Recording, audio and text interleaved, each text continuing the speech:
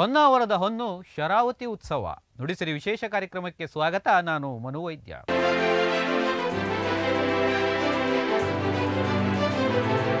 ಶರಾವತಿ ರುದ್ರ ರಮಣೀಯವಾದ ಜೀವನದಿ. ಪಶ್ಚಿಮ ಘಟ್ಟದ ಹಸಿರು ವನಗಳ ನಡುವೆ ವಯ್ಯಾರದಿ ಹರಿಯುವ ಶರಾವತಿಯ ಕಣ್ಮನ ಸೆಳೆಯುವ ಸೊಗಸು ವರ್ಣನಾತೀತ. ಹೊನ್ನಾವರದ ಜೀವನಾಡಿಯೇ ಆಗಿರುವ ಈ ಜೀವನದಿಗೆ ಇದೀಗ ಉತ್ಸವದ ಸಂಭ್ರಮ. ಹಾಗೆ ನೋಡಿದರೆ ಹಸಿರುಡುಗೆಯುಟ್ಟ ಪ್ರಕೃತಿಯ ನಡುವೆ ಜಲಪಾತವಾಗಿ ಬೆಳ್ನೊರೆಯಂತೆ ಧುಮ್ಮಿಕ್ಕುವ ಶರಾವತಿಗೆ ನಿತ್ಯವೂ ಉತ್ಸವವೇ. ಕೇವಲ ಪ್ರಕೃತಿಯ ಹಸಿರು ಮಾತ್ರವಲ್ಲ, ಹೊನ್ನಾವರ ಜನತೆಯ ಬದುಕನ್ನೂ ಹಸನು ಮಾಡಿದ ಶರಾವತಿಗೆ ಪ್ರತಿ ವರ್ಷ ಉತ್ಸವದ ಮೂಲಕ ವಂದಿಸಲಾಗುತ್ತೆ. ಹಾಗಾದರೆ SRL ಸಮೂಹ ಸಂಸ್ಥೆಯ ಮುಖ್ಯಸ್ಥರಾದ ಕವಲಕ್ಕಿಯ ವೆಂಕಟರಮಣ ಹೆಗಡೆ ಸಾರಥ್ಯದಲ್ಲಿ ನಡೆದ ಈ ವರ್ಷದ ಶರಾವತಿ ಉತ್ಸವದ ವೈಭವವನ್ನು ಕಣ್ತುಂಬಿಕೊಳ್ಳೋಣ ಬನ್ನಿ. ಪ್ರತಿ ವರ್ಷದಂತೆ ಈ ವರ್ಷವೂ ಕೂಡ ಹೊನ್ನಾವರದಲ್ಲಿ ಶರಾವತಿ ಉತ್ಸವವನ್ನು ಹಮ್ಮಿಕೊಳ್ಳಲಾಗಿತ್ತು. 17ನೇ ವರ್ಷದ ಈ ಶರಾವತಿ ಉತ್ಸವದ ರಥವು ವೆಂಕಟರಮಣ ಹೆಗಡೆ ಸಾರಥ್ಯದಲ್ಲಿ ಬಹಳ ವಿಜೃಂಭಣೆಯಿಂದ ಸಾಗಿತು. ಶರಾವತಿ ವೇದಿಕೆ ವತಿಯಿಂದ ಹೊನ್ನಾವರದ ಸೇಂಟ್ ಅಂತೋನಿ ಪ್ರೌಢಶಾಲಾ ಮೈದಾನದಲ್ಲಿ ಹಮ್ಮಿಕೊಂಡಿದ್ದ ಈ ಉತ್ಸವಕ್ಕೆ ಕನ್ನಡ ಸಾಹಿತ್ಯ ಪರಿಷತ್ತಿನ ಜಿಲ್ಲಾಧ್ಯಕ್ಷ BN ವಾಸರೆ ಚಾಲನೆ ನೀಡಿದರು. ಬಳಿಕ ಉತ್ಸವದ ಸಂಭ್ರಮಕ್ಕೆ ಸಾಕ್ಷಿಯಾಗಿದ್ದು ವಿವಿಧ ಸಾಂಸ್ಕೃತಿಕ ಕಾರ್ಯಕ್ರಮಗಳು. ಮಕ್ಕಳಿಂದ ನಡೆದ ಭರತನಾಟ್ಯ, ವೀರಗಾಸೆ ಕುಣಿತ, ಇತರ ಸಾಂಸ್ಕೃತಿಕ ನೃತ್ಯಗಳು ಪ್ರೇಕ್ಷಕರ ಮನಗೆದ್ದು ರಂಜಿಸಿದವು. ಈ ಉತ್ಸವಕ್ಕೆ ನಿಜಕ್ಕೂ ಕಳಶಪ್ರಾಯವಾಗಿದ್ದು ಮಾತ್ರ ಮಹಿಳಾ ಯಕ್ಷಗಾನ ಕಲಾವಿದರಿಂದ ನಡೆದ ಯಕ್ಷವೈಭವ. ನಾವೀಗ ಈ ಯಕ್ಷಗಾನದ ಚೌಕಿ ಮನೆಯಲ್ಲಿದ್ದೀವಿ. ಇಲ್ಲಿ ಮಹಿಳಾ ಯಕ್ಷಗಾನ ಕಲಾವಿದರನ್ನು ಹಾಗಾದರೆ ಮಾತಾಡ್ಸೋಣ. ಮಹಿಳಾ ಯಕ್ಷಗಾನ ಯಾವ ಥರ ಬಂತು ಮತ್ತು ಅವರು ಯಕ್ಷಗಾನದ ಕುರಿತಾಗಿ ಹೇಗೆ ಮಾಡ್ತಾರೆ. ಒಂದು ಗಂಡು ಕಲೆ ಅಂತ ಹೇಳಿ ಯಕ್ಷಗಾನವನ್ನು ನಾವು ಕರೆಯಲಾಗುತ್ತೆ. ಈ ಒಂದು ಗಂಡು ಕಲೆಯನ್ನು ಇವತ್ತು ಮಹಿಳೆಯರು ಸಹಿತ ಈ ಒಂದು ಯಕ್ಷಗಾನವನ್ನು ಮಾಡಿ ತೋರಿಸ್ತಾ ಇದ್ದಾರೆ. ಸೊ ಹಾಗಾದರೆ ಬನ್ನಿ, ಹಾಗಾದರೆ ನೋಡೋಣ ಅವ್ರ ಹತ್ರನೇ ಯಕ್ಷಗಾನದ ಕುರಿತಾಗಿ ಒಂದೆರಡು ಮಾತನ್ನು ಕೇಳೋಣ. ಅವರ ಅಭಿಪ್ರಾಯವನ್ನು ಹೇಗೆ ಬರುತ್ತೆ ಅನ್ನೋದನ್ನು ಕೇಳೋಣ ಬನ್ನಿ. ಹಾಗಾದರೆ ನಮಸ್ಕಾರ, ನನ್ನ ಹೆಸರು ಗೀತಾ ಹೆಗಡೆ ಅಂತ. ನಾನು ನನ್ನ 13ನೇ ವಯಸ್ಸಿನಲ್ಲಿ ಸುಮಾರು 1985 ಆವಾಗ ಈ ಯಕ್ಷಗಾನವನ್ನು ಶುರು ಮಾಡಿದ್ದು. ಹೊಸತೋಟ ಮಂಜುನಾಥ್ ಭಾಗವತರು ಹಾಗೂ ಪರಮೇಶ್ವರ್ ಹೆಗಡೆ ಐನ್ಬೈಲ್ ಅವರ ನಿರ್ದೇಶನದಲ್ಲಿ ನಮಗೆ ಇದೊಂಥ ಕಲಿಯುವಂಥ ಒಂದು ಅವಕಾಶ ಸಿಕ್ತು.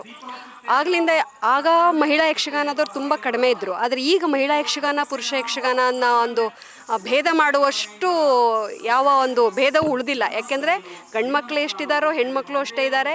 ಕಲಿಯೋದಕ್ಕೆ ಸಾಕಷ್ಟು ಅವಕಾಶ ಇದೆ, ಪಾಲಕರಿಂದ ಪ್ರೋತ್ಸಾಹ ಇದೆ. ಹಾಗಾಗಿ ಅಂತಹ ಒಂದು ಸಪ್ರೇಟ್ ಮಾಡುವಂಥ ಅವಶ್ಯಕತೆ ನಮಗೀಗ ಕಾಣಿಸ್ತಾ ಇಲ್ಲ. ನಮ್ಮಲ್ಲಿ ತುಂಬ ಕಡೆ ಕ್ಲಾಸಸ್ ನಡೀತಾ ಇದೆ. ಕಲಿಸುವವರು ಸಾಕಷ್ಟಿದ್ದಾರೆ, ಯಕ್ಷಗುರುಗಳಿದ್ದಾರೆ, ಕಿರಣ್ ಪೈಯರಂಥ ಗುರುಗಳಿದ್ದಾರೆ, ಮಯೂರಿ ಉಪಾಧ್ಯಾಯರಂಥ. ಸ್ಟೇಜಲ್ಲಿ ಅವ್ರು ಮಾಡುವಾಗ ಇವ್ರು ಗಂಡೋ ಹೆಣ್ಣೋ ಅಂತ ಸಂಶಯಪಟ್ಟು ಚೌಕಿಗೆ ಬಂದು ನೋಡೋರಿದ್ದಾರೆ. ಇವ್ರು ಗ್ಯಾರಂಟಿ ನೀವೊಂದು ಗಂಡು ಮಕ್ಳನ್ನ ಕರ್ಕೊಂಬಂದಿದ್ದೀರಿ, ಇವರು ಹೆಣ್ಣು ಅಲ್ವೇ ಅಲ್ಲ ಅಂತ ಹೇಳುವಷ್ಟು ಮಟ್ಟಿಗೆ ಬೆಳೆದಂಥವ್ರು ನಮ್ಮಲ್ಲಿ ಸಾಕಷ್ಟಿದ್ದಾರೆ. ನನ್ನ ಹೆಸರು ಮಯೂರಿ ಉಪಾಧ್ಯಾಯ ಅಂಥೇಳಿ. ನನ್ನ ತಾಯಿ ಮನೆ ಬಾಡ, ಕುಮಟಾ ಬಾಡ. ನಾನು ಇರೋದು ಬೆಂಗಳೂರು. ಹಾಗಂತ ಬೆಂಗಳೂರಿಗೆ ಹೋದ್ಮೇಲೇ ಯಕ್ಷಗಾನ ಕಲ್ತಿದ್ದು. ಕರ್ನಾಟಕ ಕಲಾದರ್ಶಿನಿಯಲ್ಲಿ ಯಕ್ಷಗಾನ ಕಲ್ತಿದ್ದು ನಾನು. ಅದರ ನಂತರ ಯಕ್ಷಗಾನಗಳನ್ನು ತುಂಬ ಮಾಡಿದೆ. ಆದರೆ ಕಲಿಯುವಂತಹ ಆ ವಯಸ್ಸು. ಆಮೇಲೆ ಒಂದು 8 ವರ್ಷ ಕಲಾದರ್ಶಿನಿಯಲ್ಲಿ ಸೇವೆ ಮಾಡಿದ್ದೇನೆ ಅಲ್ಲಿ. ಅದರ ನಂತರ ಬೇರೆ ಬೇರೆ ಮಹಿಳಾ ಟ್ರೂಪ್ಗಳಲ್ಲಿ, ಅಂದರೆ ನಮ್ಮ ಸಿರ್ಸಿಯವರು ವಿಜಯನಳ್ಳಿ ರಮೇಶ್ ಅವರು ಹೊಸತೋಟ ಮಂಜುನಾಥ್ ಭಾಗವತರದ್ದು ಒಂದು ಟ್ರೂಪನ್ನು ಮಾಡ್ಕೊಂಡು ಹೋಗ್ತಿದ್ರು. ಪ್ರಜ್ಞಾ ಮತ್ತಿಹಳ್ಳಿ ಅವರ ಎಲ್ಲರ ಮಾರ್ಗದರ್ಶನದಲ್ಲಿ, ಪರಮೇಶ್ವರಣ್ಣ ಐನಬೈಲ್ ಪರಮೇಶ್ವರಣ್ಣ ಅವರೆಲ್ಲರ ಮಾರ್ಗದರ್ಶನದಲ್ಲಿ ಅಲ್ಲಿ ಮಹಿಳಾ ಟ್ರೂಪ್ಗಳಲ್ಲಿ ನಾನು ಕೆಲವೆಲ್ಲ ಪಾತ್ರ ಮಾಡಿದೆ. ಹೀಗೆ ತುಂಬ ಮಹಿಳಾ ಯಕ್ಷಗಾನದ ಟ್ರೂಪ್ಗಳು ಆಗ ತುಂಬ ಕಮ್ಮಿ ಇತ್ತು. ಕೆಲವು ಬೆರಳೆಣಿಕೆ ಅಷ್ಟಿತ್ತು. ಅದರ ನಂತರ ಈಗೀಗ ಮಹಿಳೆಯರು ತುಂಬ ಬೆಳೆದಿದ್ದಾರೆ. ಮಹಿಳಾ ಯಕ್ಷಗಾನದ ಟ್ರೂಪ್ಗಳು ಬಹಳಷ್ಟಿವೆ. ಹಾಗೆ ಅವರ ಜೊತೆಯಲ್ಲೆಲ್ಲ ಮಾಡಿ ನನಗೆ ಸ್ವಲ್ಪ ಅನುಭವ ಆಯಿತು. ನಂದೊಂದು ಸಪ್ರೇಟ್ ಟ್ರೂಪ್ ಇದೆ, ಸಿರಿ ಬೆಂಗಳೂರು ಅಂಥೇಳಿ. ಆದರೆ ಇವತ್ತು ಯಕ್ಷಗೆಜ್ಜೆ ಶಿರಸಿ ಆ ಟ್ರೂಪಿನ ಪ್ರತಿನಿಧಿಯಾಗಿ ನಾನು ಬಂದಿದ್ದೇನೆ. ಯಕ್ಷಗೆಜ್ಜೆ ಶಿರಸಿ ಇವರಿಂದ ಪ್ರಸಿದ್ಧ ಮಹಿಳಾ ಯಕ್ಷಗಾನ ಕಲಾವಿದೆ ಮಯೂರಿ ಉಪಾಧ್ಯಾಯ ಇವರ ಸಾರಥ್ಯದಲ್ಲಿ ಸುಧನ್ವಾರ್ಜುನ ಕಾಳಗ ಎಂಬ ಮಹಿಳೆಯರ ಯಕ್ಷಗಾನ ಜನಮನ ಸೂರೆಗೊಂಡಿತು. ಶರಾವತಿ ಉತ್ಸವವನ್ನು ಆಚರಿಸುವ ಮುಖ್ಯ ಉದ್ದೇಶವೆಂದರೆ ಹೊನ್ನಾವರದ ಜನತೆಯ ಜೀವನಾಡಿ ಈ ಶರಾವತಿ ನದಿ. ಈ ನದಿಯಿಂದಲೇ ಅದೆಷ್ಟೋ ರೈತರ ಬದುಕು ಇಂದಿಗೂ ಹಸನಾಗಿದೆ. ನಮ್ಮ ದೇಶದಲ್ಲಿ ನದಿಗಳನ್ನು ದೇವತೆಗಳ ಸ್ಥಾನದಲ್ಲಿಟ್ಟು ಪೂಜಿಸುವುದು ಪುರಾತನ ಕಾಲದಿಂದಲೂ ನಡೆದುಕೊಂಡ ಬಂದ ಆಚರಣೆ ಹಾಗೂ ಅದೇ ನಮ್ಮ ಸಂಸ್ಕೃತಿ. ಹಾಗಾಗಿ ಹೊನ್ನಾವರದ ಜನತೆಯ ಜೀವವಾಗಿರುವ ಈ ಶರಾವತಿಯನ್ನು ವಂದಿಸುವ ಸಲುವಾಗಿ ಪ್ರತಿ ವರ್ಷ ಉತ್ಸವ ಆಚರಿಸಲಾಗುತ್ತೆ. ಕೇವಲ ವಂದಿಸುವುದು ಮಾತ್ರವಲ್ಲ, ಮುಂದಿನ ಪೀಳಿಗೆಗೆ ಇದರ ಮಹತ್ವದ ಅರಿವು ಮೂಡಿಸುವ ಉದ್ದೇಶವೂ ಇದರಲ್ಲಿ ಅಡಕವಾಗಿದೆ. ಮೊದಲೆಲ್ಲ ಶರಾವತಿ ಉತ್ಸವ 3 ದಿನಗಳ ಕಾಲ ನಡೆಯುತ್ತಿತ್ತು. ಆಗಲೂ ವೆಂಕಟರಮಣ ಹೆಗಡೆಯವರೇ ಸಾರಥ್ಯ ವಹಿಸಿಕೊಂಡು ಉತ್ಸವದ ಯಶಸ್ಸಿಗೆ ಕಾರಣರಾಗಿದ್ದರು. ಬಳಿಕ ಕೊರೋನಾ ಸಂಕಷ್ಟದಿಂದ ನಲುಗಿ ನಮ್ಮ ರಾಜ್ಯ ಇದೀಗ ಮಾತ್ರ ಚೇತರಿಸಿಕೊಳ್ಳುತ್ತಿದೆ. ಹಾಗಾಗಿ ಈ ವರ್ಷ ಶರಾವತಿ ಉತ್ಸವವನ್ನು ಕೇವಲ 1 ದಿನಕ್ಕೆ ಸೀಮಿತಗೊಳಿಸಿ ಅನವಶ್ಯಕ ಆಡಂಬರಗಳಿಲ್ಲದೆ ಸೊಗಸಾಗಿ ಯಶಸ್ವಿಯಾಗಿ ಸಂಪನ್ನಗೊಳಿಸಿದ ಕೀರ್ತಿ ಸಾರಥ್ಯ ವಹಿಸಿದ ವೆಂಕಟರಮಣ ಹೆಗಡೆಯವರಿಗೆ ಸಲ್ಲುತ್ತೆ. ಒಟ್ಟಿನಲ್ಲಿ ಈ ವರ್ಷದ ಶರಾವತಿ ಉತ್ಸವ ಒಂದೇ ದಿನ ನಡೆದರೂ ನಮ್ಮ ಸಂಸ್ಕೃತಿಯನ್ನು ಸಾರುವ ಸಾಂಸ್ಕೃತಿಕ ಕಾರ್ಯಕ್ರಮಗಳನ್ನು ಒಳಗೊಂಡಿತ್ತು. ಸ್ಥಳೀಯ ಪ್ರತಿಭೆಗಳಿಗೆ ವೇದಿಕೆಯನ್ನು ಒದಗಿಸಿ ಅವರ ಕಲೆಯನ್ನು ಪ್ರೋತ್ಸಾಹಿಸುವ ಕಾರ್ಯವೂ ಆಗಿದೆ. ಅಷ್ಟೇ ಅಲ್ಲದೆ ಸ್ಥಳೀಯ ಸಾಧಕರನ್ನು ಗುರುತಿಸಿ ಅವರನ್ನು ಸನ್ಮಾನಿಸಿ ಗೌರವಿಸಲಾಗಿದೆ. ಈ ಎಲ್ಲ ಕ್ಷಣಗಳು, ಕಾರ್ಯಕ್ರಮಗಳು ಅವಿಸ್ಮರಣೀಯವಾಗಿ ಉಳಿದುಕೊಂಡಿವೆ ಎಂಬುದು ಮಾತ್ರ ಸುಳ್ಳಲ್ಲ.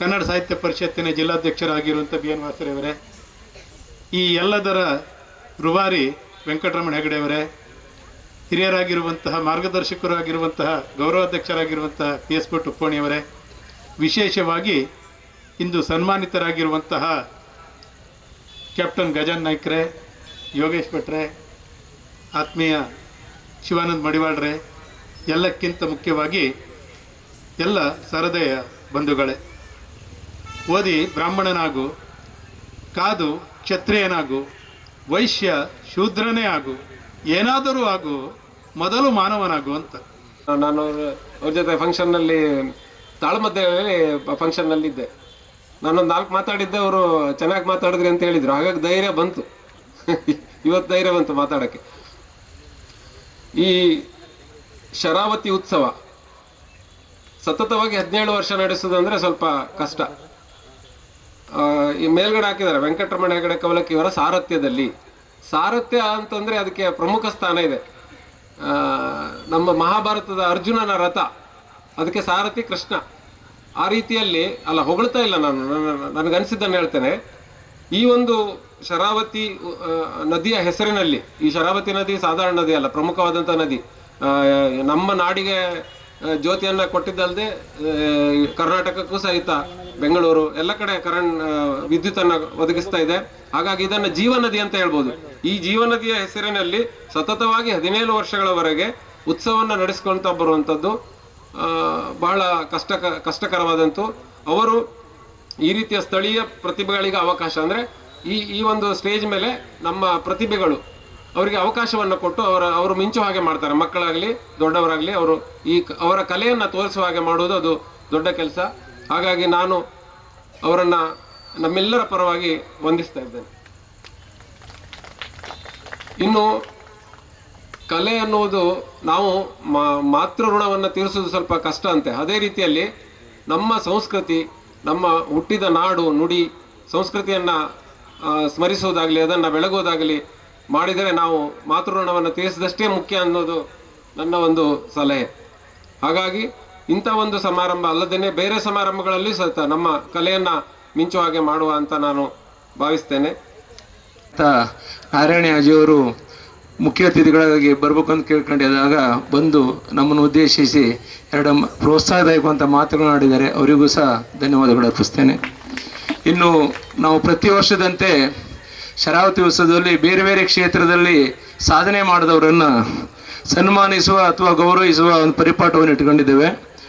ಆ ಪ್ರಕಾರ ಈ ವರ್ಷ ನಾವು ಪ್ರಥಮವಾಗಿ ಯೋಗೇಶ್ ಭಟ್ ಮುರುಡೇಶ್ವರ ಇವರು ಹೆಚ್ಚು ಕಡಿಮೆ ಒಂದು 300ಕ್ಕಿಂತ ಹೆಚ್ಚು ಆಕಳುಗಳನ್ನು ಅಲ್ಲಿ ಸಾಕಿದ್ದಾರೆ. ಭಾಳ ಬೇರೆ ಬೇರೆ ಜಾತಿಯ ತಳಿಗಳ ಆಕಳನ್ನು ಸಾಕಿದ್ದಾರೆ. ಅದು ಭಾಳ ಕಷ್ಟದ ಕೆಲಸ. ಆದರೂ ಅವರು ಯಾರ ಹತ್ರ ವಿಶೇಷವಾಗಿ ಏನು ಅದು ಹಾಗೆ ಮಾಡಿ ಕೇಳ್ತಾ ಇಲ್ಲ, ಸ್ವಂತ ತಮ್ಮ ದುಡಿಮೆಯಿಂದನೇ ಹೆಚ್ಚಿಗೆ ಅದಕ್ಕೆ ವಹಿಸ್ತಾ ಇದ್ದಾರೆ. ಜನರಿಂದ ಅವರಿಗೆ ಮುಂದಿನ ದಿನಗಳಲ್ಲಿ ಸ್ವಲ್ಪ ಅವರು ಗೋಶಾಲೆಗೆ ಸಹಾಯ ಸಹಕಾರ ಸಿಗಲಿ ಅಂತೇಳಿ ನಾನು ಈ ಮುಖಾಂತರ ಕೇಳ್ಕೊಳ್ತಾ ಅವರಿಗೆ ಧನ್ಯವಾದಗಳನ್ನ ಹೇಳ್ತಾ ಇದ್ದೇನೆ. ಇನ್ನೊಬ್ಬರು ನಮ್ಮ ದೇಶ ಕಾಯುವ ಸೈನಿಕರು ಗಜಾನನ್ ನಾಯ್ಕರು, ಅವರನ್ನು ನಾವು ಈ ಸನ್ಮಾನಕ್ಕೆ ಬನ್ನಿ ಅಂತ ಕೇಳ್ಕೊಂಡಾಗ ಪ್ರೀತಿಪೂರ್ವಕವಾಗಿ ಬಂದು 1-2 ಮಾತುಗಳನ್ನು ಆಡಿದ್ದಾರೆ. ಅವರಿಗೆ ನಾನು ನಿಮ್ಮೆಲ್ಲರ ಪರವಾಗಿ ಅವರಿಗೆ ಅಭಿನಂದಿಸ್ತಾ ಇದ್ದೇನೆ. ಇನ್ನೋರವರು ಮಡಿವಾಡರು, ಶಿವಾನಂದ್ ಮಡಿವಾಡರು, ನನಗೆ ಶ್ರೀಕುಮಾರ್ ಸಾರಿಗೆ ಸಂಸ್ಥೆಯ ಕಸ್ಟಮರ್. ಹೌದು, ಅವ್ರದ್ದು ಇಡಗುಂಜಿಯಲ್ಲಿ ಒಂದು 3 ಅಂಗಡಿ ಇದೆ. ಅಂಗಡಿಯಲ್ಲಿ ದುಡ್ದದ್ದೆಲ್ಲ ಅವರು ಗೋಶಾಲೆಗೆ ಖರ್ಚು ಮಾಡ್ತಾ ಇದ್ದಾರೆ. ಹೆಚ್ಚು ಕಡೆ 120 ದೇಶೀಯ ಆಕಳುಗಳ ಹತ್ರ ಇದೆ. ಅವರಿಗೆ ಜನರ ಸಹಕಾರ ಮತ್ತು ದೇವರ ಆಶೀರ್ವಾದ ಎಲ್ಲ ಸಿಕ್ಕಿ ಇನ್ನೂ ಹೆಚ್ಚಿನ ಪ್ರಮಾಣದಲ್ಲಿ ಗೋ ಸೇವೆ ಮಾಡುವಂಥ ಅವಕಾಶ ದೇವರು ಕೊಡಲಿ ಕೇಳ್ಕೊಳ್ತಾ ಅವರಿಗೆ ಧನ್ಯವಾದಗಳು ಹೇಳ್ತಾ ಇದ್ದೇನೆ. ಇನ್ನು ಶರಾವತಿ ಸಾಂಸ್ಕೃತಿಕ ವೇದಿಕೆಯ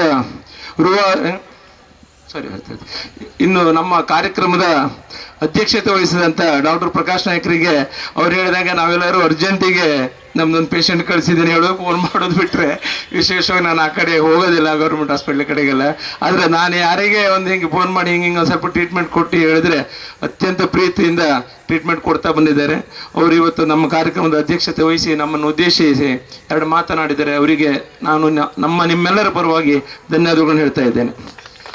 ಇನ್ನು ಶರಾವತಿ ಸಾಂಸ್ಕೃತಿಕ ವೇದಿಕೆಯ ಸಂಸ್ಥಾಪಕ ಗೌರವ ಅಧ್ಯಕ್ಷರು ಪಿ ಎಸ್ ಭಟ್ ಪುಣೆಯವರು, ನಾನು ಪಿ ಎಸ್ ಭಟ್ರು, ಶಂಭು ಹೆಗಡೆ ಸಂತಾನ್ ಇವತ್ತೇ ಅನಿವಾರ್ಯ ಕಾರಣಗಳಿಂದ ನಮ್ಮ ಸಂಸ್ಥೆಯ ಗೌರವ ಕಾರ್ಯದರ್ಶಿಗಳಂತ ಗೋಪಾಲ್ ಕೃಷ್ಣ ಹೆಗಡೆ ಕಲ್ಬಾಗ್ರವರು ಸಣ್ಣ ಅನಾರೋಗ್ಯದ ನಿಮಿತ್ತ ಅವರು ಇವತ್ತಿನ ಕಾರ್ಯಕ್ರಮದಲ್ಲಿ ಭಾಗವಹಿಸಲಿಲ್ಲ. ಅಲ್ಲ ಅಂದರೆ ಪ್ರತಿ ವರ್ಷ ಈ ಕಾರ್ಯಕ್ರಮದ ಸಂಯೋಜನೆಯಲ್ಲಿ ಬಹಳ ದೊಡ್ಡ ಪಾತ್ರವನ್ನು ವಹಿಸ್ತಾ ಇದ್ರು.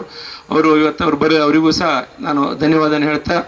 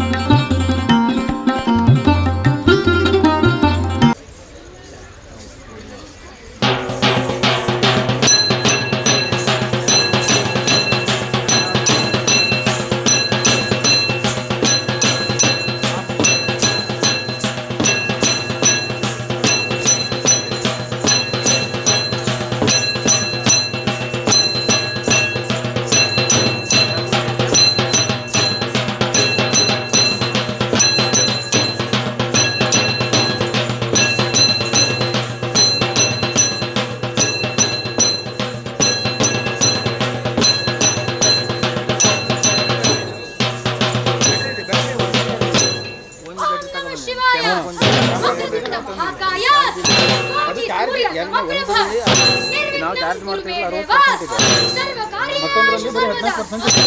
ವಿಘ್ನ ನಿವಾರಕನಾದಂತಹ ವಿಘ್ನೇಶ್ವರನನ್ನ ಸ್ಮರಿಸುತ್ತಾ ಸ್ವಾಗತಾಯುವ ಸಂಪ್ರಪ್ತೌ ಸ್ವಾಗತ ಪ್ರತಿಪತ್ತಯೇ ಜಗತಃ ಪಿತರೌ ಒಂದೇ ಪಾರ್ವತಿ ಪರಮೇಶ್ವರೌ ಜಗತ್ತಿನ ಮಾತಾ ಪಿತೃಗಳಾದಂತಹ ಪಾರ್ವತಿ ಪರಮೇಶ್ವರನ ಅಡಿದಾವರಿಗಳಿಗೆ ವಂದಿಸುತ್ತಾ ಮುಂದಿರೋ ಮಹಾನೀಯರಿಗೆ ವಂದಿಸುತ್ತಾ ಈ ವೀರಗಾಸೆಯನ್ನು ಆರಂಭಿಸುತ್ತಿದ್ದೇವೆ.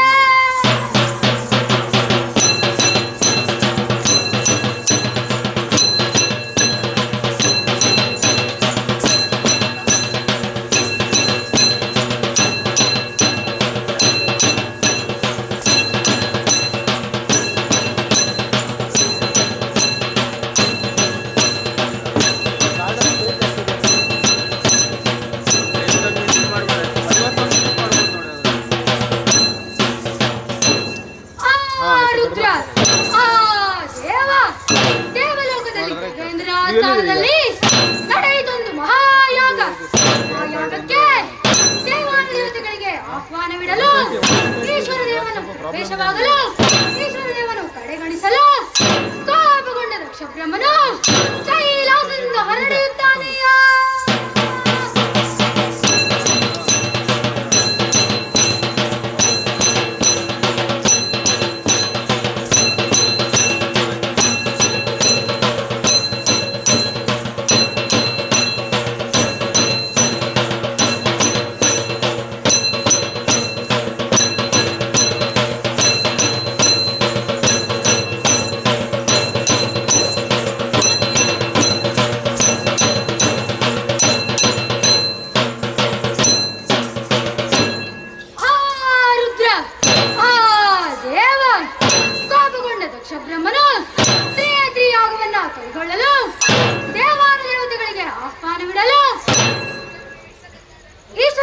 ಪ್ರವೇಶವಾಗಲು ವಿಷಯ ತಿಳಿದ ಸತಿದೇವಿಯು ತನ್ನ ಪತಿಯ ಮಾತನ್ನು ಧಿಕ್ಕರಿಸಿ ಕೈಲಾಸದಿಂದ ಹೊರಡೆಯುತ್ತಾಳೆಯ.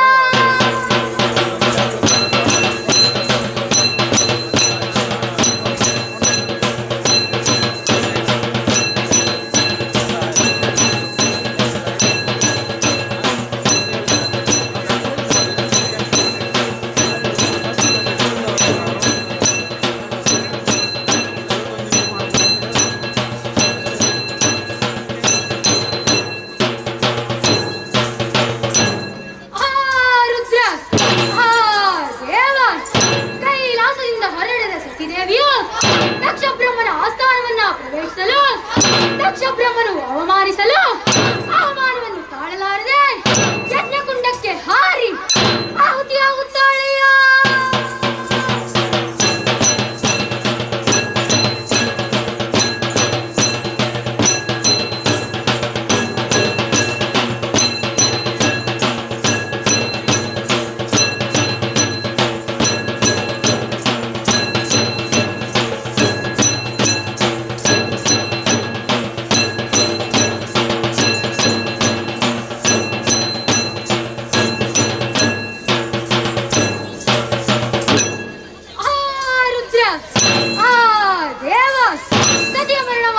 ತಿಳಿದ ಪತಿಯು ತನ್ನ ಮೂರನೇ ಕಣ್ಣನ್ನು ತೆಗೆದು ಜಡೆ ಬಿಚ್ಚಿ ನರ್ತಿಸಲು ವೀರಭದ್ರದೇವನ ಜನನವಾಗಲು ವಿಷಯ ತಿಳಿದ ವೀರಭದ್ರದೇವರು ಕೈಲಾಸದಿಂದ ಹೊರಡೆಯುತ್ತಾರೆಯ.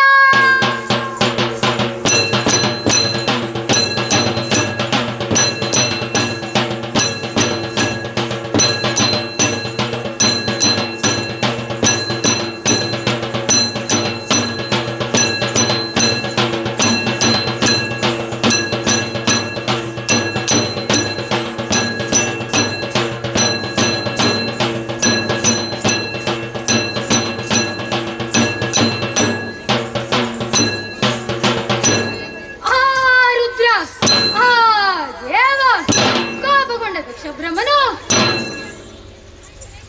ಆಸ್ಥಾನವನ್ನ ಸೇರಲು ಅವನ ತಲೆಯನ್ನು ಕಡಿದು ತನ್ನ ಕತ್ತಿಯ ತುದಿಗೆ ಸಿಕ್ಕಿಸಿ ಕೈಲಾಸದಿಂದ ಹೊರಡೆಯುತ್ತಾರೆಯ.